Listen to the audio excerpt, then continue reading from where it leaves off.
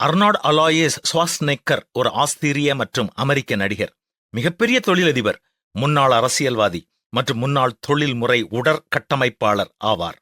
உயர்மட்ட அதிரடி படங்களில் நடித்ததற்காக அறியப்படுகிறார். அவர் 2003 முதல் 2011 வரை கலிபோர்னியாவின் 38வது ஆளுநராக பணியாற்றினார். நடிப்பில் படிப்படியாக உயர்ந்து கலிபோர்னியாவின் கவர்னர் என்ற புகழின் உச்சத்தில் இருக்கும் பொழுது தன்னுடைய வெண்கலச் சிலை முகப்பில் நிறுவப்பட்ட ஒரு ஆடம்பர ஹோட்டலை திறந்து வைத்தார். ஹோட்டலின் திறப்பு விழாவின் போது அந்த ஆடம்பர ஹோட்டலின் உரிமையாளர், அர்னால்ட், எப்பொழுது வேண்டுமென்றாலும் இந்த ஹோட்டலுக்கு வந்து முன்பதிவு ஏதுமின்றி இலவசமாக நீங்கள் தங்கிக் கொள்ளலாம், அவருக்கு எப்பொழுதுமே ஒரு அறை இருக்கும் என்று அறிவித்தார். நாட்கள் நகர்ந்தன, பதவி போனது, புகழ் போனது.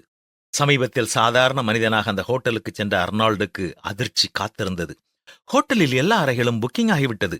தற்பொழுது அறைகள் ஏதுமில்லை என்று ஹோட்டல் நிர்வாகம் கூறவே அதிர்ச்சியில் உறைந்து போனார் ஹாலிவுட் முன்னாள் ஹீரோ, கலிபோர்னியாவின் முன்னாள் கவர்னர், அந்த ஹோட்டலையே திறந்து வைத்த முன்னாள் VIP அர்னால்ட் ஷ்வார்ஸ்நெக்கர். மனமுடைந்த அர்னால்ட் தான் வைத்திருந்த போர்வையை எடுத்துக்கொண்டு அந்த ஹோட்டலின் முகப்பில் தன்னால் திறந்து வைக்கப்பட்ட வெறும் அலங்கார பொருளாக நின்று கொண்டிருந்த தன்னுடைய வெண்கலச் சிலைக்கு முன்னர் செய்வதறியாது படுத்துக் கொண்டார். இந்த சம்பவத்தால் துவண்டு போன அர்னால்ட் அந்த காட்சியை புகைப்படம் எடுத்து வலைத்தளத்திலே பதிவிட்டு உலகத்திற்கு ஒரு செய்தியை சொல்கிறார். நாம் பதவியில் இருக்கும் பொழுது மெச்சப்படுவோம், புகழப்படுவோம், நமக்கு உச்சபட்ச மரியாதை தரப்படும். எப்பொழுது நாம் பதவியையும் புகழையும் இழக்கின்றோமோ அடுத்த நொடியே நாம் ஒதுக்கப்படுவோம். நமக்கு தந்த சத்தியங்கள் காற்றில் பறக்கவிடப்படும். எல்லா சத்தியங்களும் வாக்குறுதிகளும் உங்களுக்காக கொடுக்கப்பட்டது அல்ல, அது உங்களை அலங்கரித்த பதவிக்காக கொடுக்கப்பட்டது. உங்கள் புகழை, உங்கள் பதவியை, உங்கள் அதிகாரத்தை ஒருபோதும் நம்பாதீர்கள். இது எதுவுமே நிரந்தரம் கிடையாது.